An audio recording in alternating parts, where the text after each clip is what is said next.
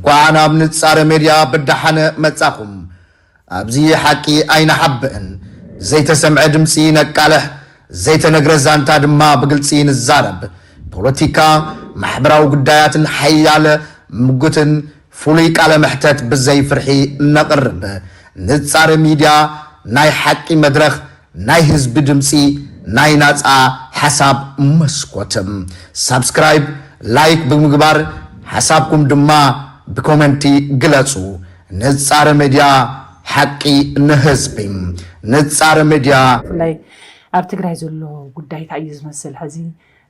ትቅድም ኢሉ ብዙሕ መንእሰይ ይስደድሉ ንምንታይ ገለ ኢልና ትንቃወም ከለና እዞም ከምዚኦም ዓይነት ዝናፈሱ ወረታት ገለ ነይሮም ሕጂ ግን ናብ ብተግባር ኣብ መሬት ዘሎ ነገር ንሳቶም ዝድግፉ ነቲ ኩነታት ንሱ ምክንያት ነይሩዎም ኢለካ ገለ ክትብል ምክንያት ዝኾኑ ነገራት እውን ዝተፈጠሩ ይመስሉ እሞ ምስ ግፋ ተተሓሒዙ ብጣዕሚ ኣብ መሬት ዘሎ ነገር ዘሻቕልን ህዝቢ ተረጋጊዑ ሕዚ ከዓ ከምቲ ትፈልጦ ዝተወሰነ ኣብ ዝሓለፈ እዋን ዝናብ ውቅዑ ነይሩ ዝተወሰነና ሕርሻ ገለ ትገባህላይ ኣብ ዝዋፈረሉ እዋን ከምዚ ዓይነት ናይ ግፋን ናይ ካልኦትን ጉዳያት ክመፁ ከለዉ ምስ ፖለቲካ ተተሓሒዙ ዘይምርግጋዕ እውን ዝፈጥረሉ ዕድል ኣሎ ንፀላእ እውን ዓብዪ ኣጀንዳ ዝፈጥረሉ ኩነታት ኣለዎ ምስ ተተሓሒዙ ዘሎ ሓበሬታ እንታይ ይመስል ኣነ ዝረኸብኩ ሓበሬታ መሰከፊ እዩ ሓቂ ዘረባ ደስ ይብል ኣብዚ እዋን እዚ ትግራይ ዘላትሉ ኩነታት ኩላትና ንርዶ ኢና ርገፅ ግን ቅድም ቀዳድም ማለት ዓብዪ መቃለሲ ኣጀንዳ ቅድሚ ሕዚ ትግራይ ጀኖሳይድ ያኖኖ ኢሉ መንእሰይ ትግራይ ወፊሩ ዝኩሉ መስዋዕቲ ክኸፍል ከሎ ተገፊፉ ይነበረ መርሓብ ዘይነበረሉ ምግዳል ኣብ ዘይድለየሉ እዋን እዩ በዓል ብዘይ ምንም ጎስጓሲ ከይዱ ወፊሩ መስዋዕቲ ከፊሉ ስለዚ ንምንታይ እዩ ብእሚንካ ምስ ህዝብካ ይህን ሚሂን ተባሂልካ ናብቲ ትደልዮ ዘለካ ኣጀንዳ ክተምፅኦ ዘይትኽእል ህዝቢ ዘይትእክበሉ ምክንያት ንምንታይ ብሓይሊ ዘወፈርካዮ መንእሰይከ ኣበየናይ ዓውደ ግንባር ተሳቲፉ እዩ ከዕውተልካ ዝብል ነገር እውን ብጣዕሚ ተኣሽሙ ስለዝኾነ እዚ ዝተወሰነ ነገር ኢና ተመሓልፍ ሰናይ ይመስለኒ እሺ ምስ ግፋ ተተሓሒዙ ከምቲ ዝብልከ ብናይ 8 ወርሒ ቃልሲ ማንም ሰብ እቲ ዝነበረ ኩነታት መሰረት ገይሩ ማንም ውፃእ ከይበሎ ብድላይ ወፂኡ ካብ ወፂኡ ብድሕሪ ሰነ 21 ግን ዝተረኣዩ ሰፋሕቲ ክፍተታት ነይሮም እዮም ተሽዑ ሰዓት ክባን ዕፅዋን ኮይና እውን መሰረታዊ ጉዳያት ይለዓሉ እውን ነይሮም እዮም ከምኡ ክኾን የብሉን እቲ ፖለቲካዊ ኣጀንዳ እንድሕር ቀዲሙ መፂኡ ትግራዋይ ክግፈፍ እውን የብሉን ምክንያቱም ዘገድፍፍ ጉዳይ ስለዘይብሉ እዩ ሕዚ እውን ተመሳሳሊ ንሱ እዩ ዝንፀባረቕ ዘሎ ማለት እዩ ስለዚ እዚኣቶም ናይ እንታይ ውፅኢት እዮም ትልክኒ ዓይነ ብርኩ ናይ ዝጠፍኦ መዋፅኡ ናይ ዘይብሉ ናይ ፖለቲካዊ ውድቀት ውፅኢት እዮም እዚኣ ሕዚ ትግራዋይ መዲ ሕዚ ዝኾነ ኣካል ብፖለቲካዊ ኣጀንዳ እዩ ዝቃለስ ብዓላማ እዩ ዝውድእ ብጣዕሚ ፅቡቅ ኣለካ ስለዚ ብዓላማ ብልክዕ ፅቡቅ ኣለካ ሓው ክንፈ እዚ ናይ ፖለቲካ ክሳራ ወይ ድማ ውድቀት እዩ ህወሓት ፖለቲካዊ ውድቀት እዩ ኣጋጢምዎ ዘሎ ስለዚ ብመሰረት እዚ ከዓ ናብቲ ባህሉን ልምዱን ኣገባቡን ዘይኮነ ስነ ምግባር ሰጊሩ ግፋ የካይድ ኣሎ ማለት እዩ ስለዚ እዚ ፍርሒ ራዕዲ ዝፈጠሮ ኩነታት እዩ ፅባሕ ንግሆ እዚ መንእሰይ እዚ ቅሳነት እንድሕር ረኺቡ ናዕቢ ክፈጥር እዩ ናዕቢ እንድሕር ፈጢሩ ከዓ ኣብ ዕልዋ ክገብረልና ወይ ድማ ከውድቐና እዩ እንተውዲቑና ከዓ ብገበን ክንሕተት ኢና ካብ ዝብል ፍርሕን ራዕድን ዝፈጠሮ ፖለቲካዊ ውድቀት ምዃኑ ርዱእ እዩ ማለት እዩ ስለዚ ህዝቢ ትግራይ ነዚ ውድቀት እዚ ፅቡቅ ገይሩ እዩ ከሰውዕሉ ዘሎ ውድቀት ህወሓት ማለት እዩ ህወሓት ህዝባውነት ዝበሃል ነገር የብሎምን ኦልሬዲ እቲ ህዝባውነት ዝበሃል ነገር ሓዲጎም እዮም ሕጂ ኣብ ምውሓስ ሂወቶም እዮም ዘለዉ ብዛዕባ ትግራይ ህዝቢ ትግራይ ዘገድሶም ኩነታት የለን እንታይ ዳሎም ዝሓስቡ ዘለዉ ሕጂ ክልተ ነገር እዩ ኩናት እንድሕር ተላዒሉ ሓደጋ እዩ ንዕኦም ኩናት እንድሕር ዘይተላዒሉ ከዓ ናይ ኢኮኖሚ ፀገማትን ሽግራትን ኣጋጢሙ ስለ ዘሎ ትግራይ እቲ መንእሰይ ናዕቢ ክፈጥር ይኽእል እዩ ዝብል ፍርሒ እዩ ዘለዎም ስለዚ ንሱ ከይከውን እንታይ ክገብርዎ ኣለዎም ጆሆ ክሕዝዎ እንድሕር ኮይኖም ገፊፎም ኣብ ትሕቲኦም ክቋፃፀርዎ ክኽእሉ ኣለዎም ማለት እዩ ነቲ ክግፈፈሎም ዝኽእል ገፊፎም ኣብ ትሕቲኦም ክቋፃፀርዎ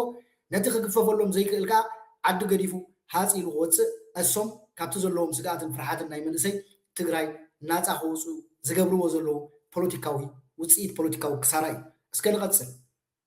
ክውድብ እንከሎ ሕዚ እቶም ኣብ መሬት ንምንታይ ግፋ ከም ዝኾኑ ከነውግዕ ንኽእል ኢና ወዶ ብዓላማ እዩ ዝውድብ ስለዚ ብዓላማ ከተቃልሶም ከለካ كتقفوا يتقلن تبوليتيكا علامة خائخة تقربوا له حكي نسو مسرت غير يزق علس حزيت تجراي كوزني ود بطعم تجراي سي بقى مالتي يصنت كو يزلو مالت نشدش عمت ኣብ ከንዳ ኮ ተደውሪኒ ትግራይ በቃ ትግራይ ማለት እኮ ሕዚ በጀት ተኸልኪሉ ነዳዲ ተኸልኪሉ ካብ ዓዲ ተነፂሉ መጻዩ እንታይ ምዃኑ ዘይፈልጥ በፖሊሲ ደረጃ ኣብ ልዕሊኡ በተደጋጋሚ ናይ ጽንተት ፖሊሲ እናተፈጸመሉ ዝኸል ዘሎ ህዝቢ እዩ እዚ ህዝቢ እዚ ወዲብካ ፖለቲካዊ ዓላማ ንጽረት ፈጢርካ ከተቃልሶ ይዝግባእ ስለዚህ ትግራዋይ ክልተ መሰረታዊ ሕቶታት የኒኦ ሕዚ ክልተ መሰረታዊ ሕቶታት ኣለዎ እንታይ ሕቶ ኣለዎ ሓደ ሕዚ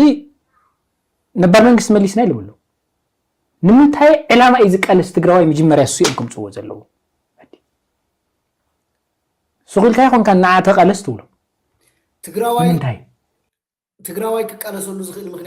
ምክንያት የብሎም ሕወሓት ተጋሩ መንስያት ወይ ድማ ትግራይ ተጋሩ ከአምኑ ዝኽእሉ ምክንያት ከቅርቡ ይኽእሉ ምክንያቱ አንደልሂጾም እዮም ዘለዉ ካብ ህዝባውነቶም ትግራዋይነቶም አንደልሂጾም እዮም ዘለዉ ናብ ምውሓስ ነፍሶም እዮም ከይዶም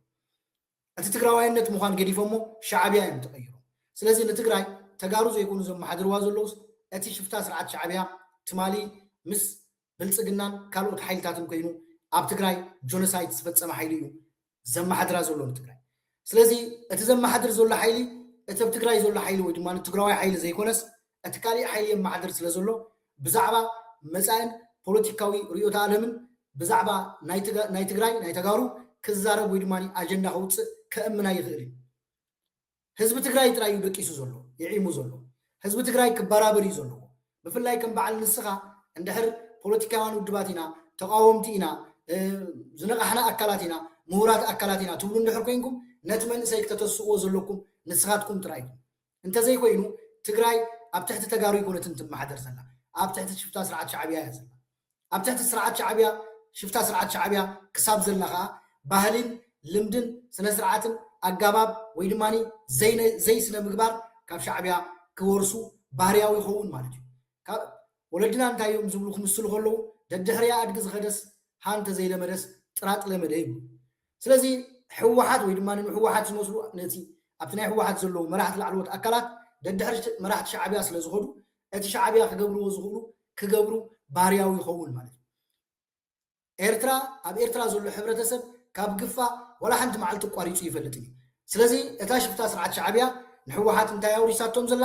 ግፋ ማለት እዩ ከመይ ጌርካ ንምንስያት ቅሳነት ትኸልኦም ከመይ ጌርካ ንምንስያት ጅሆ ትሕዞም ክተሓዙልካ እንተዘይክኢሎም ከመይ ጌርካ ካብ መንበረቦቶም ካብ ቤቶም ሓፂሎም ዓዶም ገዲፎም ከም ዝኸዱ ክትገብሮም ትኽእል እያ ተውርሶም ዘላ ስለዚ እዚ ኩነታት እዚዩ ንህዝቢ ትግራይ ኣንፀላልይዎ ዘሎ መንእሰይ ትግራይ ክበራበር ጥራይ እዩ ዘለዎ ክበራበር እንተዘይክኢሉ ልክዕ ከምቲ መንእሰያት ኤርትራ ዓዶም ገዲፎም ኣብ ፈቐዶ ስደት ሓፂሎም ዝነብሩ ዘለዉ ከምኦም ክኸውን እዩ ይኸውን እውን ዘሎ ኣብ ፈቐዶ ሰሃራ ኣብ ፈቐዶ መንገዲ የመን ኣብ ፈቐዶ ዝተፈላለዩ ዶባት ተጋሩ ልክዕ ከምቲ ናይ ኤርትራውያን መንእሰያት ዕጫም በፂሕዎም ይሃድምዮም ዘለዉ እዚ ከዓ ውፅኢት ናይ መን ውፅኢት ናይ ሻዕብያን ውፅኢት ናይ ሕወሓትን ማለት እዩ ንቐፅል ኣብዚ ሰው ቁርምርም ዝብል ሰብ ክህሉ ይኽእል እዩ መንግስትነት ጨቢጠ እየ ተነባር መንግስተይ መሊሰ እየ ዝብል ዘሎ ኣካል ብዝሓለፈ እውን ተደጋጋሚ ሰሪሕና ኢና እንታይ ዕላማ ኢኻ ክትፍፅመሉ መጀመርያ እሱ መልስ ተፖለቲካዊ ዕላማ እሱ እዩ ሰብ ዝውደበሉ ተፖለቲካዊ ዕላማ እሱ እዩ ሰብ ዝቃለሰሉ ስለዚ መጀመርያ ስራሕኻ እንደዘይ ሰሪሕኻ ናብዚ ኢኻ ተኣትዉ ምክንያቱም ፖለቲካ ተውግዕ ተኾንካ ፖለቲካ መዋፅእ ኢኻ ተቕምጥ ፖለቲካ መዋፅእ ተዘይኣቲኻ ናብ ምግፋፍ ኢኻ ተኣትዉ ስለዚ ብሱር ትኽላዓል ዘሎ ክንፈሓውና ፖለቲካዊ መዋፅኦ ኢሎም ዘቐመጥዎ እኮ ምስ ሻዕብያ ምፅማድ ይኩን እቲ ፅምዶ እኮ ከም ፖለቲካዊ መዋፅኦ እዮም ሓሲቦሞ እቲ ምስ ሻዕብያ ፅምዶ ምግባር ከዓ ፖለቲካዊ መዋፅኦ ህዝቢ ትግራይ ዘይኮነስ ፖለቲካዊ መዋፅኦ እቶም ገበነኛታት መራሕቲ ሕወሓት እዩ ስለዚ እቲ ንሶም እንኮም ማራፂ ገይሮም ወሲዶሞ ዘለዉ ምስ ሻዕብያ ተፀሚድካ ናይ ሻዕብያ ተግባራት ምውራስ እዩ ነቲ ተግባራት ናይ ሻዕብያ ወሪስካ ን35 ዓመት ንህዝቢ ኤርትራን ንመንእሰያት ኤርትራን ጨፍጪፋ ዘፅንሐቶ تمكرو وسيدك نهزب تقرأي كما يجرك تشفشف كما يجرك عدمها توسخي سلازي نسيو تبوليتيكا وتحسوناتو كمان مراتي وسيدهم مزلو نهزب تقرأي كدحن زغل بوليتيكا ومراتي زيكون وسيدهم زلو نولكم مراحتي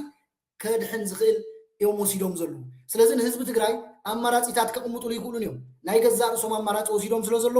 ምስመን ምሻዓቢያ ስለዚህ እታ አማራጭ ቲካ ህዝብ ትግራይ ቢክፉት ክላዘቡሉን ለጀሚሮም ንህዝብ ትግራይ ናይ ምዝራብ መሰል ተይቦሞ ናይ ጣውላ እንድሕር ከፊቶም ናይ ምዝራብ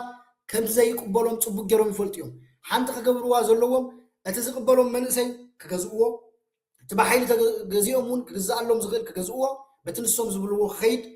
ደቅስ እንተይሎም ክድቅስ ወፈር እንተይሎም ወፍር ተዋጋ እንተይሎም خواጋ ቀተል እንተይሎም خقتل ዝኽእል መንእሰይ ክሕዝዎ እቲ ዝነቅሐን እቲ ንህላውነቱ ንሕወሓትን ዝፈለጠ ግን ሃዲሙ ካብ ዓዱ ሓፂሉ ክወፀሎም እዮም ዝሰርሑ ዘለዉ እዚ ስራሕ እዚ መንእሰይ ትግራይ እቲ ክቃወሞም ዝኽእል ክወፅእ ካብ ዓዱ እቲ ክቋፃፀርዎ ዝኽእሉኻ ንክቋፃፀርዎ ዝገብርዎ ዘለዉ መስርሒ ማለት እዩ ስለዚ ነዚ መንእሰያት ትግራይ ክነቕሕሉ ጥራይ ዘለዎ ክነቕሕሉ ጥራይ ዘይኮነሲ ክቃወሙ ወይ እውን ዘለዉ በብሓደ ሰው ሓደ ይብሉ ወለድና እንድሕር ዝመንእሰይ እዚ ዓዱ ገዲፉ ሓፂሉ እንድሕር ወፂኡ ናይ መንእሰያት ሙግዳል ክረአዩ ናይ መንእሰያት ዋሕድ እንድሕር አጋጢሙ እቲ እምባገነን ሕወሓት ከዓ ካብ ግዜ ናብ ግዜ ነቲ ሕብረተሰብ ነቲ መንእሰይ እናተቋፃፀሮ ኸይዱ ስለዚ ህዝቢ ትግራይ እቲ ዲሞክራሲያውን ባህልን ዲሞክራሲያውን ልምዱ ዝነበረ ካህስስ እዩ ማለት ንድሕሪት ክምለስ እዩ ንድሕሪት ጥራይ ኣይኮነን ክምለስ ጽቡቅ ገይሩ ጭቃ ክልሎ እዩ ንቐፅል ካብዚ እዩ ክላዕል መሰረታዊ ሕቶ ክላዕል ዘለዎ ሕዚ ገፈፉ ኣይትግፈፉ ስለዝበልካዮም ትመግፋፉ ነው ይገድፍዎ ተዋና መቃልስ አጀንዳ ክኾን ዘለዎ ኤሊቱ ብልሂቅስ ይኹን ሚድያታት ይኹን ግን እቲ ሕዚ መጽኡ ዘሎ መሊሰ እየ መንግስት ኮይነ እየ ዝብል ዘሎ አካል ትግራዋይ ንምንታይ እዩ ዝቃለስ ክምልስ ኣለዎ በቃ ንሱውን ከይሕተቱ መስለኒ በሓይሊ ናው ከምሰልኪ ሕዚ ክልተን ሰርተ ዕድታት ኣለዉ ትግራይ በልክም ፈዛርባ እቲ ሓቅሳ ኩሉ ዝገብርዎ ዘለዉ ካብ ተሓታትነት ክርሕቁ እዮም ስልጣኖም ከናውሕ እዮም እቲ መዲና ሓብትና ትብላ ዘላ ከይሕተቱ ስልጣኖም ከናውሕ እዮም ግፈፉ ኣይትግፈፉ ኢልካዮም ሲ ኣይገብሩን እዮም ክገፉ እዮም ትብሎ ዘለካ ሓውና እወ ክገፉ እዮም እቲ አጀንዳ ናይ ትግራይ አጀንዳ አይኮነን እቲ ፕሮግራም ናይ ትግራይ ፕሮግራም አይኮነን እቲ ተዋሂብዎም ዘሎ ስትራቴጂ ብሻዕብያ ዝተዋሃቦም ስትራቴጂ እቲ ዘለዎም ናይ ጽምዶ ስምምዕ እንድሕር ክቅፅል ኮይኑኻ ልክዕ ከምቲ ኣብ ኤርትራ ዝግበር ኣብ ትግራይ ክገብሩለዎም ማለት እዩ ምክንያቱ ሻዕብያ ኩሉ ግዜ ንሱ ብደም ዝጠልቀየ ስለ ዝኾና ውሽጢ ሕብረተሰቡ ከምኡ ብደም ዝጠልቀዩ ፓርቲታት ወይ ድማ ፖለቲካውያን ውድባት ኩሉ ይዝደልብ ከባቢ ስለዚ ንሕወሓት ከምኡ ገይሩ አጣላቂዎም እዩ ገበነኛታት ስለ ዝኾኑኻ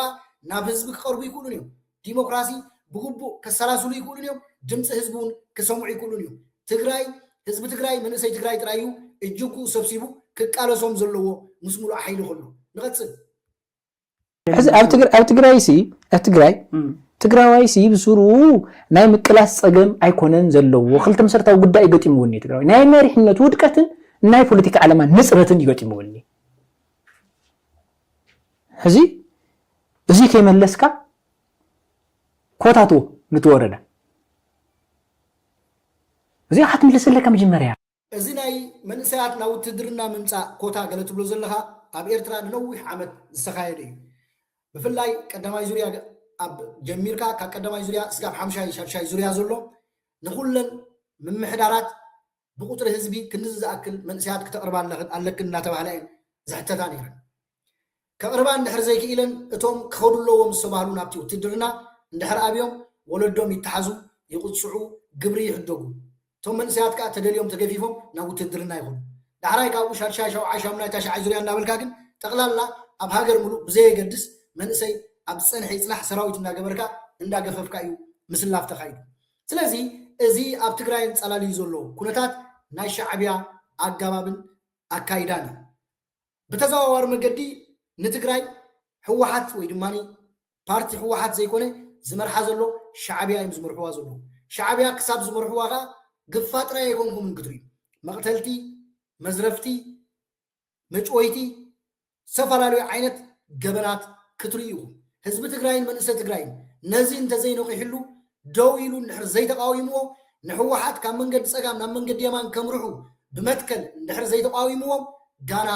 ካሊእ ክትርዩኹም እዚ መድሂንን ሓውና ክንፈን ኣብዚኣ ረኺብኩማ ዘለኹም ዕድል ኣይክትረኽብዋን ኢኹም ልክዕ ከምቶም ንኣዲስ ኣበባ ከይዶም ትብልዎም ዘለኹም ኣብ ሕወሓት ዝነበሩ መራሕቲ ፖለቲካ ወይ ድማኒ ኣብቲ ዝነበረ ናይ ቃልሲ ናይ መጻኢኻ ናይ ምውሓስ ወይ ድማኒ ህዝቢ ትግራይ ናይ ምውሓስ ዝነበረ ቃልሲ ዝነበሩ ጀነራላት ይኹኑ ካሊእ ትኸስዎም ዘለኹም ንስኹም ዕጫኹም ክትበፅሓኩም እያ ንኣዲስ ኣበባ ክትሃድሙ ኢኹም ምክንያቱ ኣብ ሻዕብያ ክትክእሉ ወይ ትኽእሉን ኢኹም ምክንያቱ ዲሞክራሲ ዝለመድኩም ኢኹም ፍትሒ ዝለመድኩም ኢኹም ምቁዋም ምድጋፍ ዝለመድኩም ኢኹም ዝደለየ ዝሰራኤካ ፖለቲካዊ ርእይቶ ናይ ምዝራብ መሰል ዝለመድኩም ኢኹም ሻዕብያ ተመሓድሮ ከባቢኻ ነዞም ዝብሎም ዘለና ክትፃወር ስለ ዘይትኽእል ገዲፍኩም ከተርክብዎም ኢኹም ነቶም ሎሚ ትፀርፍዎም ዘለኹም ንኣዲስ ኣበባ ከይዶም ኢልኩም ንቐፅል ከመይ ገይሩ እዩ ከምፀልካ ካብኡ ኮንታክቱ ከለካ እሱ እንታይ እዩ ዝገብር ተተለመደ እኮ እዩ ማለት ይብለኩ ከለኹ ሕዚ እኮ ዋ ነይሩ እዩ ማለት ኣብ ኢትዮ ኤርትራ ጦርነት ዝግፋ ነይሩ እዩ ብኾታ ስለ ዝነበረ መንቅስቓስ እታ ኣጀንዳ ዘስም እኮ እዩ ማለት ተመሳሳሊ እኮ እዩ መዲ ሰኒ 21 ኣትዮም መንግስቲ መሊስና ኢሎም ናብ ኣይም ወሪዶም ካብኡ ተሓቶ መፅያ ተሓቶ ክትመፅእ ከላታ እያ ነይራ ማለት ንዓይ ማንም ባይዘወይ ኣነ ኣብቲ ሽዑ እዋን መርማር ቦርድ ስለ ዝነበርኩ ኣብ ነንሕድሕድ ትግራይ ኣብ ነንሕድሕድ ክስታይ እንታይ ይግበር ዳይሬክሽን እውን ሒዝና ንወርድ ነርና ኢና ማለት ፍትሑ ዝብል ማለት እንታይ ይግበር ነይሩ ዝፈልጥ እየ እዚ ሕዚ ስኡሉ ክሽፈጥ ግዛዕ ባይዘወይ ትግራይ ዓይነት ኣብ ክልል ሸፈጥ ኣይኸውንን በቃ እዚ ፀላእ ከይሰምዕ ሓሶት እዚ ክኸውን እዩ ንብለካ ኣለና ሸፈጥ ክኸውን እዩ ትግራይ ብትግራዋይ ኣይኮነትን ትመሓደር ዘላ ብሕወሓት ኣይኮነትን ትመሓደር ዘላ ብሻዕብያ ትመሓደር ዘላ ብሻዕብያ ክሳብ ዝተመሓደረት ከዓ ሸፈጥ ክህሉ እዩ ሓሶት ክህሉ እዩ ምትላል ክህሉ እዩ ምጥፍፋእ ክህሉ እዩ ዜጋታት ምቕታል ክህሉ እዩ ዜጋታት ምጭዋይ ክህሉ እዩ ዝተፈላለዩ ገበናት ክህሉ እዮም ስለዚ ነብስኻ ይተታልል ሓውና ምናልባሽ ኣብታ ንስኻ ረኺብካዮ ዘለካ ዕድል ክሳብ ሕጂ ዝተረኣየካ ወይ ድማኒ ኮይኑ ዝተሰምዐካ ስለ ትዛረብ ዘለካ እዩ ዝመስለካ ዘሎ ግን የለኻን ስለዘየለካ ክትበራበር ጥራይ እዩ ዘለካ እንተዘይኮይኑ ከዓ ከምቶም ነታ ትግራይ ዝቃለሱላ ዝነብሩላ ዝተምሃሩላ ኩሉ ነገር ዝኾኑላ ትግራይ ገዲፎማ ንኣዲስ ኣበባ ከይዶም ዘለው ሓደ መዓልቲ ክትከይድ ኢኻ ምኻድካ ኣይተርፈካን ሕጂ እንተኽኢልካ ግን ምስ ንዓኻን ዝመስሉ መንእሰያት ትግራይ ተዋሃሂድኩም ሕወሓት እትኸዶ ዘላ ከይዲ ኣቓልቦ ክትገብረሉ ናብ ንቡር ሂወታ ናብ ህዝባውነታ ክትምለስ ተዘይክኢላኻ ሓጊሕኩም ክተውፅዋ ከም ዘለኩም ጥራይኩም ክትገብሩ ዘለኩም ንቐፅል ንትግራይ ዝብትን ዝመንገዲ እዙይ ንፅረት ዘይብሉ ፖለቲካዊ መሪሕነት ዘይተዋሃቦ እዚ እዩ ንትግራይ ዘፍርስ ሕዚ ትግራዋይ ኣይቃለስን ኣይበለካ ትግራዋይ ዝቃለሰሉ ኣጀንዳ ስዒኖ ይኮነን ንስኻ ግን ከም መሪሕነት ኢኻ ክትገብር ዝግባእ ናይ ተጋሩ መቃለሲ ዛዕባ እዚ እዩ ስለዚ ኢልካ እሱ ከመይ ትገብር ብድሕሪኡ ሕቶ እንታይ ክሓትት እቲ ዕላማ ንተጋሩ ኣቃሊስካ ህላውነቶም ንምውሓስ ኣይኮነን እቲ ዕላማ ዝግበር ዘሎ ግፋእ ኣብ ትግራይ መንእሰያት ቅሳነት ከይረኽቡ ቅሳነት እንድሕር ረኺቦም ክቃወሙን ክድግፉን ተኽእሎ ኣሎ ክድግፍሉ ዝኽእሉ ንሕወሓት ምክንያት ከዓ የለን ምክንያቱ ትግራይ ብኢኮኖሚ ብናይ ሰላም ሃዋህው ወዲቓ እያ ውድቂ ስለ ዘላ ብኢኮኖሚ እንድሕር ወዲቓ ብናይ ሰላም ሃዋህው እንድሕር ወዲቓ ብናይ ሰናይ ምሕደራ እንድሕር ወዲቓ እዞም መንእሰያት እዚኦም መንእሰይ ናይ ለውጢ ሃወርያ ስለ ዝኾነ ኣንፃሮም ክትስኡ ስለ ዝኾኑ ከይትስኡ ተባሂልካ ቅሳነት ከይረኽቡ ቀሲኖም ከይሓድሩ መጻኢኦም ከይሓስቡ ተባሂሉ ዝግበር ዘሎ ኣሸብሮ እዩ ስለዚ መንእሰይ ትግራይ ነዚ ክነቕሓሉ እዩ ዘለዎ ክነቕሓሉ እንተዘይክኢሉ ከዓ ዕጫ ኤርትራዊ ክበፅሖ እዩ ክበፅሖ ጥራይ እውን ኣይኮነን በፂሕዎ እዩ ዘሎ ዘይተረድኦ ጥራይ እዩ ንቐፅል እዚ ተኾነኸ ከምዚ ተኾነኸ ክብል እዩ ብድሕሪኡ ዳ ባዘወይ ፖለቲካዊ ዛዕባ ኣጀንዳ እንተሃልዩካሲ ሙሉእ ትግራዋይ እውን ክስለፍ ይኽእል እዩ ምስ ናይ ኣጀንዳ ተተሓሒዙ ብፍላይ ነዊሕ ግዜ እንዳተዛረብናሉ ዝመፃና ጉዳይ ስለዝኾነ ርዱእ እዩ ግን ብፍላይ ምስቲ ኣብ ግፋ ስዒቡ ዝመፅእ ዘሎ ፀገምታ እዩ ሕዚ ትግራይ ዘላትሉ ኩነታት ኣብ ግምት ዘእትወት ሰብ ባዕሉ እቲ ቁጠባ ባዕሉ ፀርፀር ኣቢሉ ወሲ ህልውና ዝፀላእሉ ተኣሽሙ እዩ እዋን ኩነታት እዩ ዘሎና ካብኡ ከዓ ናይ ሓረስታይ ወቅቱ እውን በዓለ ንእሽተይ ግዛሕ ትገብሮ ዝግባእ ኣብ መሬት ዘሎ ነገርስ ክርድእሎ ዝግባእ ጉዳይ እውን ዘሎ ይመስለንና ብፍላይ ምስቲ ግፋተ ተሓሒዙ ዝገብርዎ ዘለው እንድሕር ንስኻ ውላድ ሃሊካ ውላድካ ወይ ከዓ ንስኻ ዳሕና መንእሰይ ብዛዕባ መዚታ ኮይንካ ኣብ ገጠር ተትኸውን ተገፊፍካ መሃለኻ ባይዘው እስኻ ተዚ ተገፊፍካ በዓልቲ ገዛኻ ትእሰር በዓልቲ ገዛኻ ተዘይሃልያ ኣብ ገዛ ዘሎ ብጣዕሚ ዝገርም ነገር እዩ ኣብ ገጠር ተትህሉሲ ምተገፈፍካ ነርካ ኣብ ከተማ ስለ ዘለኻ ኢኻ ኣብ ገጠር ኮይንካ ከዓ ንዓኻ እንተዘይረኺቦም ኻስ በዓልቲ ቤትካ ንኣሰሩዋ ልክዕ ናይ ሻዕብያ ማለት እዩ ርእይዎ ስለዚ ኣብ ትግራይ ሻዕብያ እዩ ዘሎ ሕወሓት ኣይኮነን ዘሎ ኣብ ትግራይ ሻዕብያ እዩ ዘሎ ኣብ ኤርትራ ንነዊሕ ዓመታት ነደታት ደቅኽን ጠፊኦም ኢሎም ወይ ድማኒ ደቅኽን ሃባና ኢሎም ሲኢናየን ኢሎም ይኣስርወን ነንሶም ደቂ ሰብኡትክን ሲኢናየን ኢሎም ይኣስርወን ኣብ መወዳእታ እንድሕር ሲኢኖሞም እውን ካብ ገዝእን ኣውፅኦም ቁርና ሰሓይታን ሃሩርን ፀሓይን የገርፍወን ኩሉ መሳለተን ይኽልክልወን ስለዚ ኣብ ትግራይ ከዓ እዚ ተርእዮ እዚ እንድሕር ኣልዩ ትግራይ ብሕወሓት ዘይኮነት ትምራሕ ዘላስ ብሽፍታ ስርዓት ሻዕብያ ትምራሕ ዘላ ሽፍታ ስርዓት ሻዕብያ ከዓ ኩሉ ኣብ ኤርትራ ዝፈፀሞ ገበናት ኣብ ትግራይ ክፍፅሞ ግድን ይኸውን እቲ ኣብ ኩናት ዝፈፀሞ ጆኖሳይድ ንግደፎሞ ንሱ ይፅንሓልና ሕጂ ካብኡ ዝገደደ ትግራይ ካብ ዝወደቐቶ ከምዘይትስእ እቲ ዝነበሮ ናይ ትምህርቲ ጠሊ ፅቡቅ ገይሩ ከም ዝጠፍእ እቲ ዝነበረ መሰረታዊ ህንፃ ከም ዝጠፍእ ኣብ ህዝቢ ትግራይ ሕድሕዳዊ ምትእምማን ከም ዝብተኽ ክገብር እዩ ማለት እዩ ሶ ፈቲና ፀሊእና ዝኾነ ይኹን ዝሰምዕ ዘሎ ንትግራይ ሕወሓት ዘይኮነ ዝመርሓ ዘሎስ ሻዕብያ እዩ ዝመርሓ ዘሎ ምክንያቱ መዲና ሓብትና እንታይ እያ ትብል ዘላ ንስኻ ኣብ ከተማ ስለ ዝኾንካ እምበር ኣብ ገጠር ነርካ ተትኸውን ኣብ ትግፋት ትስኣን ንሰበይትካ ማእሰሩዋ ነይሮም ትብለና እዚ ተግባር እዚ ከዓ ናይ ሻዕብያ ተግባር እዩ ንህዝቢ ኤርትራ ንነዊሕ ዓመታት ዘሳቀየ ዘሰክሐ ዘሰደደ ዘከላበተ መዓት ማለት እዩ ንቐፅል እስኪ ንቐፅል መሸም ትግራይ ንኤርትራ መሲና ህፃውንቲ ቆልዑ ይኹኑ ስድራ ይኹኑ ዋላ ብሓጉ ይኹን ዋላ ግዛሕ ይኹን ይእሰር ከምዚ ገይሩ ማለት እንታይ እዩ እዚ እቶም ተጋሩ መራሕቲ ድዮም እቶም ተቐሊስና ዝመለስናዮም መራሕትና ድዮም ከምዚ ዝገብሩና ዘለው ንምንታይ እዩ ከምዚ ዝግበር ንምንታይ ኢና ከምዚ ንንገላታዕ ዘለና ካብኡ ድማ ከምልጥ ዝሞከሮ ወይ ግዛዕ ዝገበረ ድማ ብጥይትን ብካልእን መልሲ ምሃብ እዚ ፍፁም ካብ ትግራዋይነት ዝወፀ ጉዳይ እዩ ብስሩ ኩሉ እውን ክኾኑ ዝግባእ ጌጋ እውን ክበሃል ዝግባእ ዕረፉ እውን ክበሃል ልክዕ ኣለኺ እዚ ካብቶም ተጋሩ ዝወፀ ኣብ ትግራይ ተራእዩ ዘይፈልጥ ሰብ ብሓይሊ ናብ ውታድርና ክትወስዶ እንድሕር ኣይደልን ኢሉ ሃዲሙ ከዓ ብጥይት ትቆልቦ እንድሕር ኮይንካ እዚ ባህልን ልምድን ኣገባብን ናይ ሻዕብያ እዩ ስለዚ ሻዕብያ እዮም ዘመሓድርኩም ዘለው ተባራበሩ ሻዕብያ ዝረገፀቶ መሬት ሰላም ዝበሃል የብሉን እቲ ቅዱስን ፃዕራምን ሰላማውን ዝኾነ ሕብረተሰብ ህዝቢ ኤርትራ ነዚ ወዲቕዎ ዘሎ ደረጃ ዘውድቐቶ እዛ ነውራም ውድብ ሽፍታ ስርዓት ሻዕብያ እያ ማለት እዩ ክሳብ ፅምዶ ምስ ሻዕብያ ዝገበርኩም መራሕትኩም ምስ ሻዕብያ ዘለዎም ፖለቲካዊ ርክብ ደው ከብልዎ ስጋብ ዘይገበርኩም ኣኺልኩም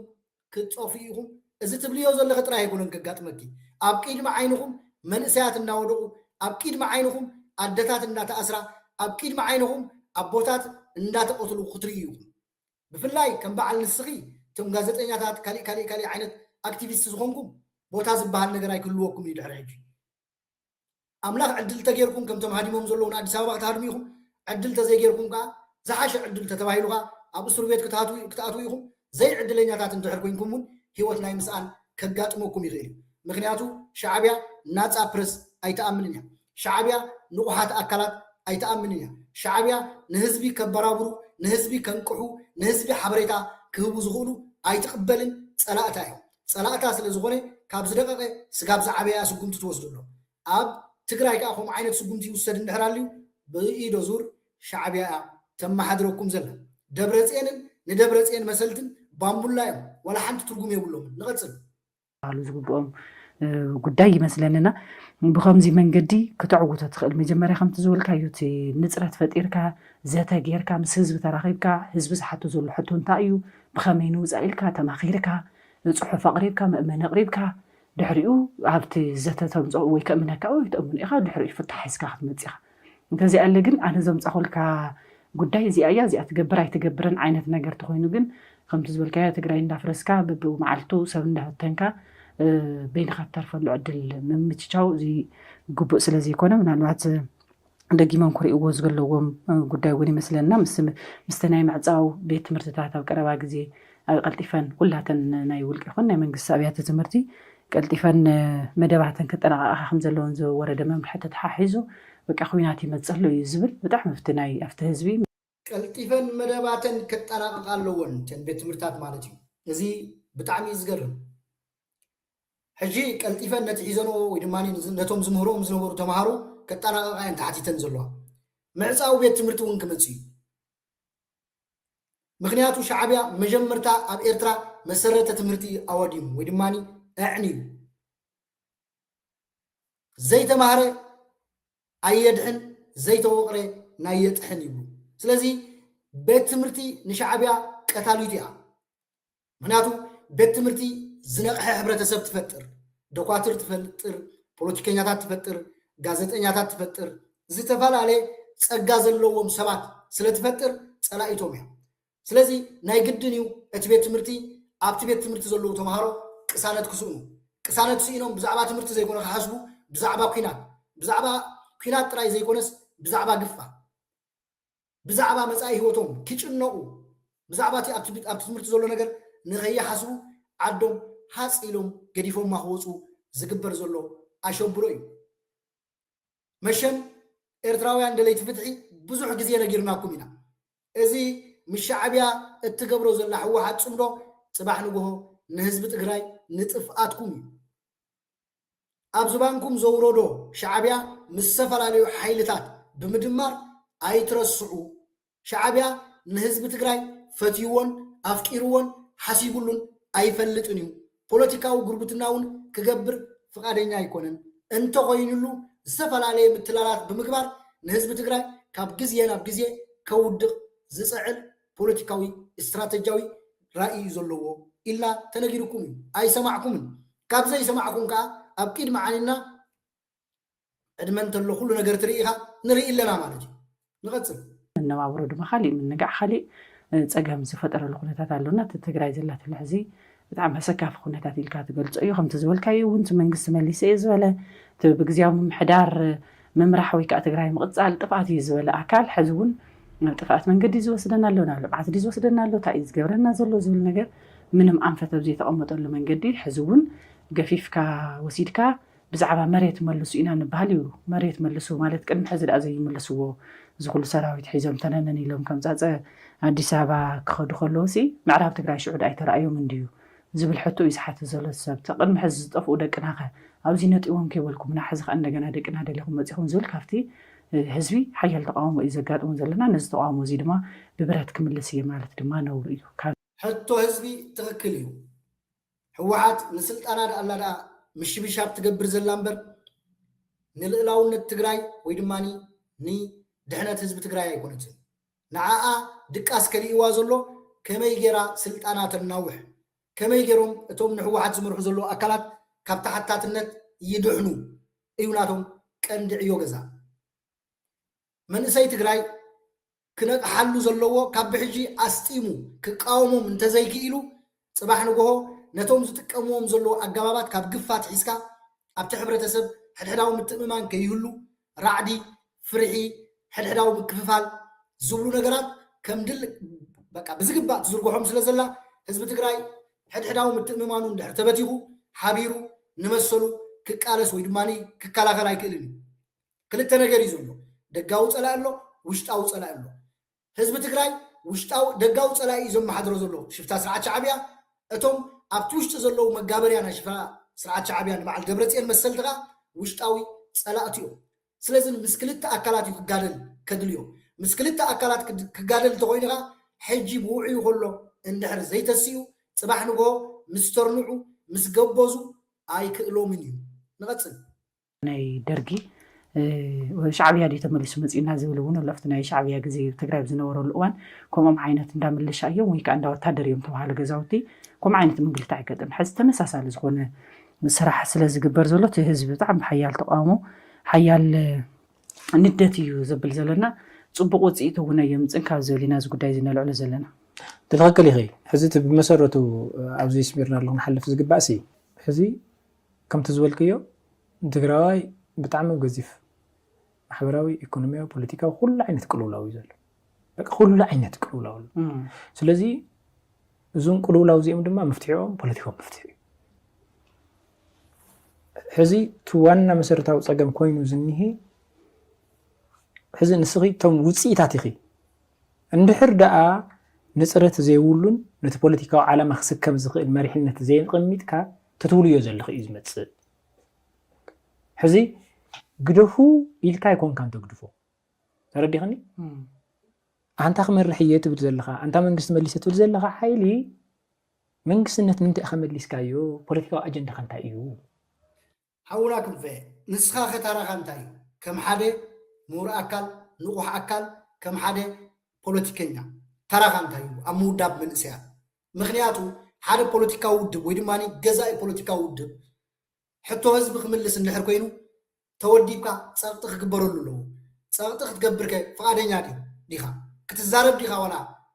شو هاتكا خفوت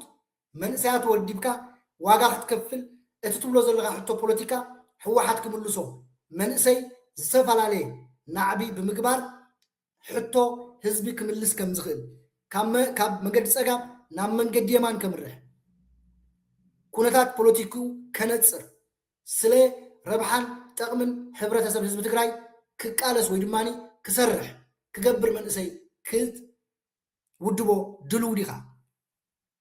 ማዓንት ኣለካዲ ንስኻን ንዓኻ ዝመስሉ ሰባት ምዝራብ ሙዳብ ኣይኮነን ክትውድቡ ክትክእሉ ኣለኩም እኹል መንእሰይ ዘለኩም ኣብ ትግራይ ብሓንቲ መዓልቲ ሕወሓት ካብቲ ሒዝዎ ዘሎ ጉጉይ ፖለቲካ ናብቲ ትክክለኛ ፖለቲካዊ ኣካይዳ ንህዝቢ ትግራይ ውሕስነት ክህብ ዝኽእል መንገዲ ከም ዘምራሕ ክትገብርዎ ትኽእሉ እዮም مزراب ترجم يقول تكبار انت زي اللي لازم ناب تكبار ترايهم تورج زلهم كتل فلما نسو ملس مغنياتهم حز الزين من ملاس بسرو كاوزي وات بايزو تقراي كا بوليتيكا اجندا زو خوينا نمنتا يقالس زبل حطو غي تملسه انت تقاليسون كاو دبر برهان من ملاس كغاطمو يخيل نغيرك سرعه ابي مسفرسه تملسنا كالي انكليف زغون كوينات كاتو يخيل مغنياتهم بوليتيكا مواطئ خا مجمريا تقمط بقى تقول في ناي تግራይ ካብ ደብረብርሃን መመላስ ይኹን ብሪቶሪያ መፈራም ይኹን ኩሎም ጸገማት ኩልፈ ጸገማት ካብታ ንጽረት እያ ትጅመር በቃ ምክንያቱም ኣብቲ ፖለቲካዊ ዓላማ ኢኻ ትውድብ ኣብቲ ፖለቲካዊ ዓላማ ኢኻ መንግስቲ ትፈጥር ኣብቲ ፖለቲካዊ ዓላማ ኢኻ ዲፕሎማሲ ትሰርሕ ማሓዛ ትፈጥር በቃ እዚ እያ ሕዚ ሕወሓት ፖለቲካዊ ማሓዛ ምስቀታሊ ህዝቢ ትግራይ مسكتالي حبرتسب حزب إرترا نحبرتسبو زي خبر نحبرتسبو از خبره جبن سفتصمين مس بوليتيكاو تحسو زي بلو حزباو تحسو زي بلو كوتا زخونه يكون ناي حزبي ناي هاجر موكسو زي بلو شفت اسرع شعبي اي بوليتيكاوي محزنت كيو سلازي حوحات بوليتيكاو عاتو وديقيو زواصون زربحون ايفلطن زقصلون زي قصلون ايفلطني حوحات يله ميتي بميتي نتግራይ شعبيا يزم محدرا زلو منالباش نيمسل ناي حوحات مراحتك تريو تخلو كم بعد دبلصين ندبلصين زمسلو اسوم كن باباغالو نزي خونتا زي بغبو ترديو كله تግራዋይ منسي تግራይ كله خطا حبيرو توهايدو حجي ترايو تسزلو نزات خيز زلا قفا دو كبلان تزيكيو نحوحات كان منقد صقام نام منقد يمان كمرحون تزيكيو اخي لو حزب تግራይ ننوح عمتات لكع كم حبرتسب حزب إرترا حما كوين يكون النزول يوزلو درجه اب اوانون اب ساعتون نتوم اب تغزيتي زنورو بوليتيكيناتات نقحات اكلات مورات اكلات صاوعيت سلازي سمعي از كل شجرن صقام الرهيب زلو سلازين ابزا اوان زيا من اساي تግራይ حزب تግራይ حدا خوينو نحوحات كابت زلاتو مدرخ انت زي اليوا ناي نوح عمتات واغا خفلي نقص كتسلف كتودب علقا بوليتيكاو مرحنه سدي زون كاور سلازي بوليتيكاو علامه انتاي ملسلو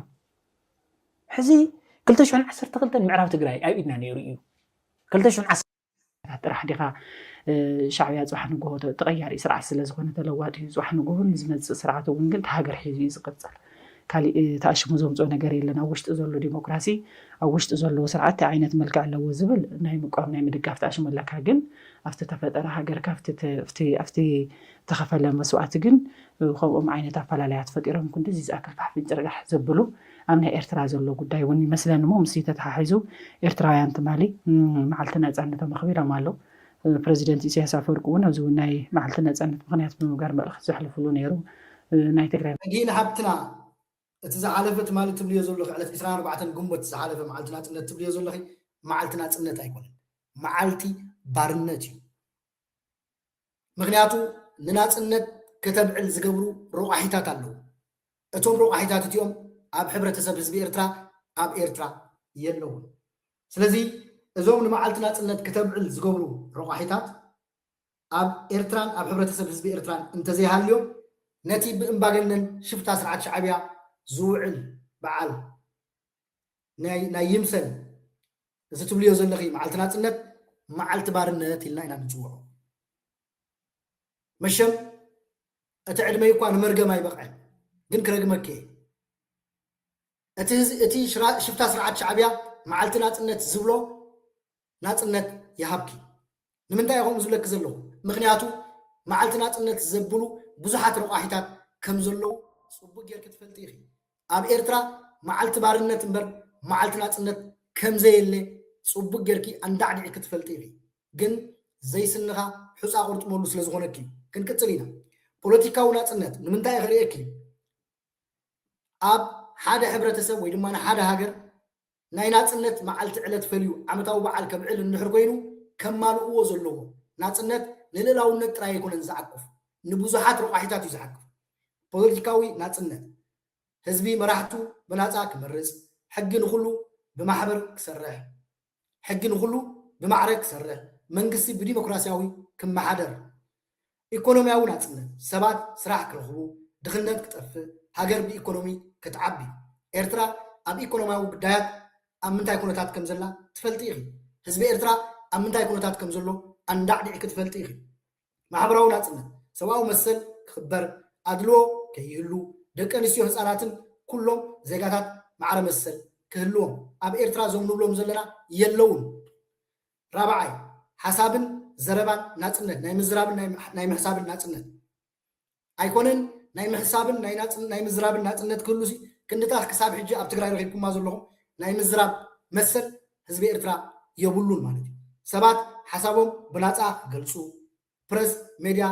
ናፃ ክኸውን ማለት እዩ ናይ ፕረስ ናፃ መሸም ንስኺ ካብቲ ሓደ ኣብነት ናይ ናፃ ፕረስ ኢኺ መሸም ሻዕብያ ስለ ዝመፅእ ዘሎ ግን ኣብ ሓፂር ግዜ ምቁራፅ ይተርፈክን እዩ ሃይማኖታዊ ናፅነት ሰባት ዝደልይዎ ሃይማኖታዊ ክኽተሉ ብሃይማኖት ምክንያት ግፍዒ ከይህሉ ኣብ ኤርትራ ብሃይማኖት ኣዝዩ ከቢድ ግፍዒ እዩ ዘሎ ንኣብነት እንተሪኢና ሸክ ናይ ሙስሊም ተኣሲሩ ጠፊኡ ሸክ ናይ ሙስሊም ተኣሲሮም መይቶም ናይ ኦርቶዶክስ ጳጳስ ወይ ድማ ኣባ ኣምነምንጤኖስ ተኣሲሮም ኣብ እስር ቤት መይቶም ስለዚ ማዕረኽ እንደዚ ዝኣክል ግፍዒ ዘለዎ ሕብረተሰብ ከመይ ኢሉ መዓልቲ ናፅነት ኢሉ የብዕል ኢል ክትዛረብ ዘለኺ ሻድሻይ ውሽጣውን ደጋውን ልዕላውነት ሃገር ብርእሳ ውሳነ ክትወስድ ካልኦት ሃገራት ኣብ ውሽጢ ጉዳያታ ከይኣትዋ ንኣብነት ብልፅግናን ሻዕብያን ሓቢሮም ኣብ ትግራይ ዝፈፀምዎ ጀኖሳይድ ፅቡቅ ጌርክ ትፈልጢ ኢኺ ኣብቲ ዝነበረ ኩናት ብዘይ ፍቃዶም ብዘይ ባይቶ ወይ ድማ ካቢነ ብዘይወሰኖ ሕገ መንግስቲ ሃገር ብዘይወሰኖ መዓት ኤርትራውያን መንእሰያት ኣብ ትግራይ ኩናት ጠፊኦም እዮም ስለዚ እዚ እንዳረኣኻ ከመይ ኢልካ ኢኻ መዓልቲ ናፅነት ኢልካ ተብል ፍትሕን ሰላምን ፍርዲ ነፃን ፍትሓውን ክኸውን ዜጋታት ብሰላም ክነብሩ እዞም ኩሎም ዝገልፀልክ ዝፀናሕኩ የለውን ስለዚ እቲ ንስኽን ንዓኽ ትመስሉ መዓልቲ ናፅነት ትብልዎ ዘለኹም ንሱ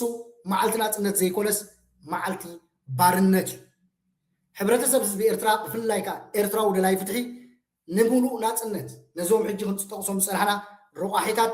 ብውሕድ ዘማልአት ኤርትራ ክትህሉ እምበር እዚኦም ዘይብላ ህዝባ ዘይተሓቁፍ ህዝባ ዘይነብረላ ሃገር ክትህልዎ ይኮነን ተቃሊሱ ሕጂ እውን ከምኡ ዓይነት ሃገር ክትህልዎ ይኮነን ዝቃለስ ዘሎ ንህዝቢ ትግራይ እውን ከምኡ ኣይንምነ የሉን ምክንያቱ ኣብ ትግራይ ትግራይ ሃገር ክትከውን ብዙሓት መንእስያት ብዙሓት ተጋሩ ባህግለዎ ልክዕ ንኤርትራ ትመስል ትግራይ እንድሕር ዝብህጉልዮም ግን ተጋጊዮም ኣለዉ ንቐፅል መራሕቲ እውን ሕወሓት እውን ናይ ዮሃና እንኳ ኣብዝሓኩም መልእኽቲ መሓላልፎም ብዓብዪ ገፅ ተሰለፉ ካልኦት ተጋሩ ድማ ካብ ቀተልቲ ዝቐየርኩምሉ እዩ እዚስ እንኳ ኣብዝሓኩም ዘብል የብሉን ዓይነት ነገር ናይቲ ኣብ ደንበ ተቃውሞ ዘሎ ኤርትራዊ ሓሳብ ዝደገፈ መልእኽቲ እውን ዝተመሓላለፈሉ ነይሩ ብሓፈሻ ከመይ ሪኢኻ ይትበዓል ያው ተለመደ እዩ ሕወሓት ኣይ ቲንክ ንብዙሕ ዓመታት በዚ መንገዲ እዚ እናተኸተለ ዝመፀ እዩ ምክንያቱም ናይ ሕወሓትን ናይ ህግደፍን ርክብ ብመሰረቱ ናይ ኤርትራ ነፃነትን ኣብ ኢትዮጵያ ድማ ብሄራዊ ማዕርነት መሰረት ዝገበረ ፌደራሊዝም ስርዓት ንምትካል ክልቲኦም ሓቢሮም እቲ 17 ዓመት 30 ዓመት ተቃሊሶም እዮም ሶ ኣብ ናይ ተጋሩ ናይ 17 ዓመት ቃልሲ ኤርትራውያን ከም ዝወደቁ ኩሉ ኣብ ናይ ኤርትራውያን ናይ ነፃነት ቃልሲ ተጋሩ ወዲቆም እዮም ሓቢሮም ንደርጊ ይገጥሙ ስለ ዝነበሩ ግን ንደርጊ ሓቢሮም ጥራይ ኣይኮኑን ገጢሞም ስትራቴጂካሊ ይፅንሐልና ንሱ ይፅንሐልና ሓው ክንፈ እቲ ሓቢሮም እተቢሎም ዶ ብዛዕባ ናፅነት ኤርትራ ሕወሓት ይኣምን እዩ ገለገለ ዝብል ክልተ ሰረቕቲ ክማቐሉ ይበኣሱ እዩ ሶ ንቐፅል እስኪ ናብቲ ካሊእ ዝበልኩ እዩ ጌታቸው ሰይጥፎን ኣብ መንጎ ሓርነትን ኣብ መንጎ ናይ ናፅነት ቃልሲ ንሲ ኣፈላላይ ኣለዎ እዩ ነፃነት ምስ ምፅኻ ሓርነት ቀፃሊ እዩ ባይዘ ብሓደ ግዜ እውን የተረጋግፆ ሓደ ግዜ እውን ዝጨው እዩ ኣብ ፅቡቕ ስቴፕ ነርካስ ዝኾነ ዝጨው ስርዓት እውን ክመፅእ ይኽእል እዩ ስለዚ ኩሉ ግዜ ናይ ውሽጣዊ ሓርነት ኩሉ ግዜ ውሽጣዊ ቃልሲ ምስ ናይ ትካላት ህንፀት እውን ናተሓሓዘ ይኸድ እዩ ኣብዚ እቲ ብመሰረቱ ትረአ ዘለዎ ግን ሕዚ ገለገለ ሰባት 2005 ንሲ 2025 ንካብፅሕኩም ኢሉ ሰብ ዓመት ድማ እዚ ገልቢጡ ገለገለ ዝበሉ ኣካላት ኣለዉ ናይ መትከል ለውጢ ምፅኡ ዝብል ማለት እወ ሕዚ ናይ መትከል ለውጢ ጥራይ ኣይኮነን ሕዚ ብዛዕባ ጠፊእዎ እውን ኣይኮነን መንጎ ሓርነት ነፃነት ግን ብልፅግና ሒዝዎ ዘሎ ቅዋም የንፀባርቕ ብልፅግና ሲ ናይ ኤርትራ ነፃነት ዘይቕበል ጌታቸው ብምክንያት መዓልቲ ናፅነት ኣብቲ ፖስት ኢልዎ ዝነበረ ኣብ ኤክስ እንዲኻ ትዛረብ ዘለካ ሓውና ኣብ ኤርትራ ሲ ናፅነት ዝበሃል የለን መሬት ክትነብረሉ እምበር ክትስደደሉ ይኮነን ተፈጢሩልካ ተዋሂብካ ሃገር ትነብረላ እምበር ኣይትስደደላን ኢኻ ቅድሚ ሕጂ ርሑስ መዓልቲ ናፅነት ኢሉ እንተነይሩ ተጋጊ ነይሩ ምክንያቱ መዓልቲ ናፅነት ንእላውነት ጥራይ ዝሓቆፈ ይኮነን ሕጂ ግን ኣብ ልክዕ ቦቱ እዩ ዘሎ ብዛዕባ እቲ ምስ ብልፅግና ኮይኑ ናይ ብልፅግና ፖለቲካዊ ኣረኣያ እዩ ዘለዎ ገለ ትብሎ ዘለካ ሻዕብያ ሕወሓት ከዓ ወይ ከዓ መራሕቲ ሕወሓት ምስ ሻዕብያ እዩ ዘሎ እቲ ብልፅግና ዝበሃል ሓይሊ ኣብ ትግራይ ገበን ፈፂሙ እቲ ሻዕብያ ዝበሃል ፖለቲካዊ ሓይሊ ኢኻ ኣብ ትግራይ ፈፂሙ ስለዚ እቶም ብወገን ትግራይ ምስ ሻዕብያ ተፀሚዶም ዘለዉ ንፁሃት ኣይኮኑን ምስ ገበነኛ ወይ ድማኒ ምስ ቀታሊ ዘራፊ ዓማፂ ሕብረተሰብ ህዝቢ ትግራይ እዮም ፀሚዶም ዘለዉ ከምኡውን ምስ ዓማፅን ዘራፍን ቀታልን ንብዙሕ ዓመታት ንህዝቢ ኤርትራ ዘሳቀየ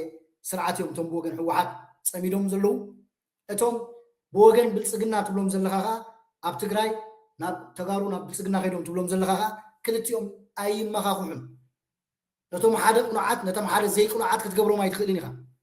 ምክንያቱ ናይ በዓል ገታቸው ውፅኢት ኣብ ቅድሚ ዓይንኻ ትሪኦ ኣለካ ጭብጥለካ ምክንያቱ ገታቸው ኣብ ዝመርሐሉ ዝነበረ ግፋይ ነበረ ገታቸው ኣብ ዝመርሐሉ ዝነበረ ሰባት ይጭወዩ ነበሩ ገታቸው ኣብ ዝመርሐሉ ዝነበረ ካብ ግፋ ዝሃደሙ ሰባት ብጥዩት ይቕለቡ ይነበሩ ስለዚ ገታቸው ዝኽሰሰሉ ባይታ ዘይኮነ ዝመፅእ ዘሎ ሲ ገታቸው ዝምስገነሉ መድረኽ ዝመፅእ ዘሎ ብትግራይ ንቐፅል ናይ ኤርትራ ሃገራውነት ዘይቕበል ላዕላውነት ናይ ኤርትራ ዘይቕበል ሓደ መዓልቲ ቀይሕ ባሕሪ ኤርትራ እውን ከመይ ኢላ ሃገር ኮይና ኣይፍልጥን ምቕማጥ እውን ፖለቲካዊ ኣጀንዳ እያ ማለት በቲ ንስኻትት እንትንሪኦ ዘለና ኣይኮነን ዋ ኣይኮነን ረእኒ እንዳክነግረኪ ሕዚ ናከራኸሪ ዝመፀኮ እዩ ሕዚ ሲ ናይ ቀይሕ ባሕሪ ጉዳይ ኢትዮጵያ ምስ ኣወዳእያ እንዶ ክንፈ ዘለኻዮ ጥራይ ትዛረብ ኣብ ትግራይ ዓብይ ዕዮ ገዛ እዩ ዘለካ ካብ ርሑቕ ትጥምት ኣብ ትግራይ ኣቱ ሻዕብያ ጠንቀላላዕ የብለካ ኣሎ شعبيا زم حدرا تግራይ ኢኻ ኮፍ ኢልካላ ዘለኻ ስለዚ ርሑቕ ኣይኮንካ ክትጥምት ዘለካ ብዝተኻእለ ዓይንትኻ መስ ኣቢልካ ቋሕ ኣቢልካ ፀላኢኻ ኣብ ውሽጥኻ ኣሎ ንዓኻን ንስኻን ምስ ትመስሉ መንእሰያት ኮይንኩም ሕወሓት የላ ስለዚ ንዘየላ ሓይሊ ኢኹም ትነቕፍዎ ዘለኹም ዘየለኻ እንተ ነቐፍካዮ ኣይሰምዓካን እዩ እቲ ንትግራይ ዘመሓድር ዘሎ ሓይልኻ ኣይንታዩን እዩ ትግራይ ኣብ ምጥፋእ ሕብረተሰብ ህዝቢ ትግራይን ይሰልጦ ስለ ዘሎ ንስኻ ግን ብዛዕባ መን ኢኻ ትጥምት ዘለኻ ብዛዕባ እቶም ካብ ትግራይ ናብ ብልፅግና ዝኸዱ ካብ ሕወሓት ናብ ብልፅግና ዝኸዱ ንደብረፅዮንን መሰልቱን ከ መን እዩ ናፃ ገይርዎ ምሲ ዝኾነ ይኹን ናይ ዲሞክራሲ ኣንፈት ዘይብሉ ሂማኒቲ ዘይብሉ ህዝቡ ዘፅነተ ህዝቡ ቀለብ ዓሳ ዝገበረ ህዝቡ ኣብ ሳራ ኩሊቶን ክሽየጥ ዝገበረ ኤርትራውያን ዓቕሎም ፀቢብዎም ኣብ ደቡብ ኤርትራ ክወፁ ብጠያይቲ ክቅተሉ ዝገበረ ንህዝቡ 35 ዓመት ዘሳቀየ ስርዓት ናብኡ ምኻዶም ሲ ተሓጒስካሎም ዲኻ ከመይ ጌርካ ኢኻ ንዕኦም ናፃ ጌርካ ነቶም ነፍሶም ከድሕኑ ናብ ካሊእ ቦታ ዝኸዱ ሰባት ገበነኛታት ክትገብሮም ደሊኻ ስለዚ እዚ ትክክል ስለ ዘይኮነ ሕጂ ዕዮ ገዛ ኣለኩም ክነቐፅል ኢና ስለምንታይ እዩ ሕወሓት ወይ ድማ ሻዕብያ ብኢዶ ዙር ኣብ ትግራይ ኣብ መንእሰይ ትግራይ ግፋ ዘካይድ ዘሎ ብብዝሒ መንእሰያት ዝግፍዑ ኣብ ሓደ ማሕበረሰብ ወይ ሃገር እንተሃልዮም እዚ ብዙሕ ግዜ ናይ ፖለቲካ ቁጠባ ወይ ማሕበራዊ ፀገማትን ኣለዎም ማለት እዩ እቶም ቀንዲ ምክንያታት እዚኦም ክኾኑ ይኽእሉ እዮም ከስዕበልካ እየ መንእሰያት ለውጢ ስለ ዝደልዩ ከም ተቃወምቲ ይረኣዩ ምክንያቱ ኣብ ትግራይ ዘለዉ መንእሰያት ለውጢ ይደልዮም እቲ ስርዓት ከዓ ተጋሩ ዳ ይኹን እምበር ከም ፀላእቲ እዩ ዝርኦም ምክንያቱ ቁርዒ ዝኾነ መንገዲ ፖለቲካ ይኸይድ ስለ ዘየለ ህዝባውነቱ ሓዲጉ ኣብ ምውሓስ ርእሱ ምውሓስ ሕብረተሰብ ህዝቢ ትግራይ ምውሓስ ትግራይ ልዕላውነት ትግራይ ገዲፉ ኣብ ናይ ገዛ ርእሱ ፖለቲካ ውሪዱ ስለ ዘሎ ነቶም መንእሰያት ከም ተቃወምቲ እዮም ዝረኣዩ ከም ተቃወምቲ ስለ ዝረኣዩ ክግፈፉን ክህደኑን ግድን ይኸውን ስእነት ስራሕ ድኽነት ተቃውሞ ይፈጥር እዚ ድማ ናብ ግጭት ይመርሕ ኣብ ሓደ ስርዓታት ነፃ ሓሳብ ተቃውሞን ኣይቅበሉን ይፈርሕዎ እዮም ኣይቅበልዎን ምክንያቱ በዚ ስእነት ስራሕ ብስእነት ሰላም ገለ ተቃውሞ ከጋጥሞም ስለ ዝኽእል እቲ ተቃውሞ ከዓ መብዛሕትኡ ግዜ ብመንእሰይ ካብቲ ኣብዝሓ ሕብረተሰብ ከዓ መንእሰይ ስለ ዝኾነ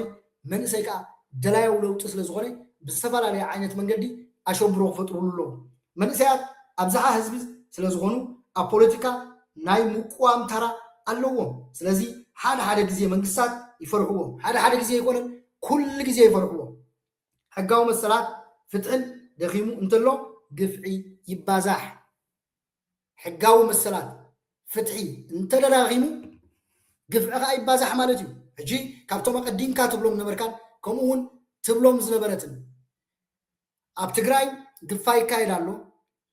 ካብ ግፋ እንድሕር ሃዲሞም ብጥይት ይውቅዑ ኣለዉ እቶም ዝግፈፉ ሰባት እንተዘይተረኺቦም ከዓ ኣንስቶምን ወለዶምን ይእሰሩ ኣለዉ ኢልሃና ማለት እዩ ሓብትና ስለዚ እዚ እዩ እቲ ምክንያት ትግራይ መይታ እያ ዘተሰኣት ደልላ ሕወሓት የለን ሓደ ፖለቲካዊ ውድብ ሓደ ፖለቲካዊ ፓርቲ ኣሎ ክትብል እንድሕር ኮይንካ ህዝባውነት ክህልዎ ኣለዎ ብዲሞክራሲያዊ መንገዲ ክምራሕ ኣለዎ እንድሕር ሓደ ፖለቲካዊ ውድብ ኣንጻር መንእሰያት ዝለዓል ኮይኑ የለን መንእሰይ ትግራይ ኣብ ዝሓፀረ ግዜ ክትስእ ጥራይ እዩ ዘለዎ ብዛዕባ ገታቸው ግን እቲ ገታቸው ወሲድዎ ዘሎ ስጉምቲ ካብ ግዜ ናብ ግዜ ቁኑዕ እንዳኾነ ይኸይድ ኣሎ ምክንያቱ ኣብ ትግራይ እዚ ንሪኦ ዘለና ውፅኢት ይህብ ስለ ዘሎ እቶም ትማሊ ምስ ገታቸው ንህዝቢ ትግራይ ዝመርሕዎ ዝነበሩ መራሕቲ እቶም ኣብ ውሽጢ ህዝቢ ትግራይ ኣብ ቤትና ኣብ መረበትና ኢና ዘለና ዝብሉ ዘለዉ ንህዝቢ የሳቅይዎን የሰድድዎን ስለ ዘለዉ ገታቸው ካብዚ ኩነታት እዚ ኢዱ ሕፁብ ኮይኑ እንተወሓደ ኣብ ካሊእ ቦታ ከይዱ ኮፍ ኢሉሎ ማለት እዩ ነብሱ ዓቂቡሎ ስለዚ ብጣዕሚ ዝገርም እስኪ ንእሽተይ ይቀፅሉ ኤርትራ ዘለዋ ናይ ሃገርነት ጉዳይ ሲ ስኻተድሎ ዘለኻ ብዛዕባ ናይ ኣብይ ኣሕመድ ጭካነ ወይ ከዓ ልዕሊ ህዝቢ ትግራይ ዝተፈፀመ ጀኖሳይድ ኣይተ ጌታቸው ረዳ ከምዚ ይኣምነሉን ንብዙሕ ግዜ እውን ፕሮፓጋንዳ መልክዕ ይጥቀመሉ ከም ዝነበረ ባዕሎም ሚድያ ወፂ ብዙሕ ግዜ ዝተዛረበሉ ዝተኸላኸለሉ ብዙሕ ነገር ኣሎ حكيدو حجي خاوتو هجيسكا تنسخات أمن زلها يتجيتاجو ردا نحرد أزي أمن كوينو تسمعت نسو من زورا ونعوهم بوليتيكا أجندا حيزو يقالس كم زولو جيرو أنا حاسس كن المدي أنا تايب لك الله مسلك نعم نتزين هيك أي حوار أجندا حزز ما سيكون بركة زولو تم إثيوبيا نشيت زبالو حيلتات ها كان يجي تحوسكي بتخاتالي نحو حتى يكون إعادة زخصلو زنورو أجندا مخاني في اللتي بسرون ناي جزءات ناي العلاونت ناي جزع ناي بحر زول حطوتات بوليتيكا أجندات مخاني في اللتي هيك كنا دلخي أنا حزز العلل كزلو خجن مزوم تبلوم زلها عند حر بوليتيكا أجندات كوينهم نهزبين متحسس جبرو بوليتيكا وشركات عند حر كوينهم زي أنت يوزع زار بكازو عند حر ودعونت زي بلون كوينهم أتيهم بوليتيكيات أبوانو ناب جزين نعوم بمقرب أبتهزبي شوهات المخفات ساعات نخرجوا بوليتيكا أجندا خم بوليتيكا أجندا زتكم لهم أنتوا كوينهم زي أنت يوزع زار بكازو اسكنبت أنت من أختك تحلب سلسلة درغاها عن حزي حدا إرتراوسي أو عدو زلو خونتات جمجيمو كم مزراو منهم دقيقة يقولوا عدو نيو حق تاتون اللو ويز بلك اللو نجر جن هزو خازج أبتبلك زرقة سلكا نسخون تمال النجوه تقالو سلو زنوركا بزلك عزيكو تزيت الزارون بزلك عكو تزيت الزار بتعبي يزقر هذا إرتراو بزعبا إرتراخ الزاربسي تخكلالو بزعبا وصعو مالت كان ديها هو تخكلالو وصعو لعلمة أنزح اللفو سلزغوني بزعبا وصعو كزاربن بزعبا وصعو كالسن تخكلالو هذا تقراواي جن تقراي نبلا مشن فتيخات صليخا إثيوبيا كساب حجي إثيوبيا መንግስት ብልጽግና ስለዛሐመቀ ፖለቲካው አካይዱ ዕውት ስለዘይኮነ እንበር ሻዕቢያ ከምድላዩ ጠንቀላላ ክብለላው ናይ ግቦን ነው ናይ ለላውነት ሕቶ ጉዳይ ስለዝኾነ ትግራይ ካብ ኢትዮጵያ ክሳብ ዘይተነጸለት ኢትዮጵያ ገታቸው መሰልትን አብ አዲስ አበባ ምስ ብልጽግና እንተልዮም ምስ ኢትዮጵያ ትባል ሀገር እንተልዮም ኢትዮጵያውያን እዮም ምክንያቱ ትግራይ ለላውነታ አረጋጊጻ ከም ሀገር ዝቆመት ሰነጸለት ሀገር አይኮነትን مسجبنيات هتالو تبلالها أتحوى حتى بلوب تقرأي مقالة زلوسي مسجبنيات يكونن زلو بلسقنا بدرون نتقارون دا دبدبه نمقالة كتابات تقرأي دا دبدبه نكلو شعبياكو بيئنا تراتات جيرو رديئة يكونن زلنيو بغبي البرات جيرو ما يكونن نستكوسنيو كومادرا يكونن نستكوسنيو أرانشو يكونن نستكوسنيو نهبرة سبز بتقرأيو زقتلنيو نمنسيات تقرأيو زقتل نيرو أمن أبتقرايو مسرة لمعات زعنو نيرو سلازي كما يجرقا إخا نتوم نابلسقنا زخورو تخكل كتقبرو نتوم مش شعبيا سسومورو هو حدكا توم نابلسقنا زخورو قبنين ناتا توم نابلسقنا شعبيا زخورو تخكل تقبرو مزلها لذي رتعونت يبل كانا وشتخا اتيوم أبتا إثيوبيا تبال هاجر يمزلو اتي للاونت تحيسو أبزي ملكوتو قداي آتيو حبرة سبز بتقراي اللو زي بحال قبن زفت سمي شفت أسرع شعبيا مسؤوط دقيرهم زلو لك نفسهم كدحنون بوليتيكاو رئيتو عالم اللي ومن نابلسقنا خيرهم زلو قبن يناتا زخونون من قد يلن كلت يوم أكلات مستاب تقزيتي قبن زفت سمي حيلتات يوم زلو لذي كلت يوم نصحات كنبلوم عين خيلين نحونا كنفي غتل تزوق سكاي مثلا يقول لك كلكم بزلك عزيسي كالوت ناي بلصقنا اكلات زغلصوا يلو نتقولتات سو بزلك عزي موراد ادلاي مثلا زيرو اكرخر خاوز نورو اجنداتات يحزكو يقول لك كلكم ناي بحر غداي ناي غزع غداي تزل علس اوكي كم بسلال فعيني خطر ايو مس ابي وينكا ግን እሞ ጌታቸው እኮ ብዛዕባ ትርጉም ዲሞክራሲ ብዛዕባ ትርጉም ናጽነት እኮ ይጽይፉ ኣብ ኤርትራ ናጽነት ዝበሃል ነገር የለን ናጽነት ልዕላውነት ዝብል ንበይና ዝሓቆፈ ይኮነን ናጽነት ብዙሕ ረዋሒታት ዘለዎ እዩ ስለዚ ወላ ሓንቲ ጌጋ ይብሉን ሓውና ወላ ሓንቲ ጌጋ ይብሉን ብዝኾነ ያእኽለካ እንዲሁ ካብ ዝላዕሊ ምኻኑ ስለዘየድሊ ክቡራት ተኸታተልቲ ንጻረ ሚድያ ሼር ሳብስክራይብ ኣይትዕመቑ መደብና ኣብ ዝወዲእና ኣለና ሰሰናዩ ንዓኹም ንጻረ ሚድያ ብዳሓነ መጻኹም ኣብዚ ሓቂ ኣይንሓብእን ዘይተሰምዐ ድምፂ ነቃልሕ ዘይተነግረ ዛንታ ድማ ብግልፂ ንዛረብ ፖለቲካ ማሕበራዊ ጉዳያትን ሓያለ ምጉትን ፍሉይ ቃለ መሕተት ብዘይ ፍርሒ ነቕርብ ንጻረ ሚድያ ናይ ሓቂ መድረኽ ናይ ህዝቢ ድምፂ ናይ ናፃ ሓሳብ መስኮትም ሳብስክራይብ ላይክ ብምግባር ሓሳብኩም ድማ ብኮሜንቲ ግለጹ ንጻረ ሚድያ ሓቂ ንህዝቢ ንጻረ ሚድያ ሓቂ ንህዝቢ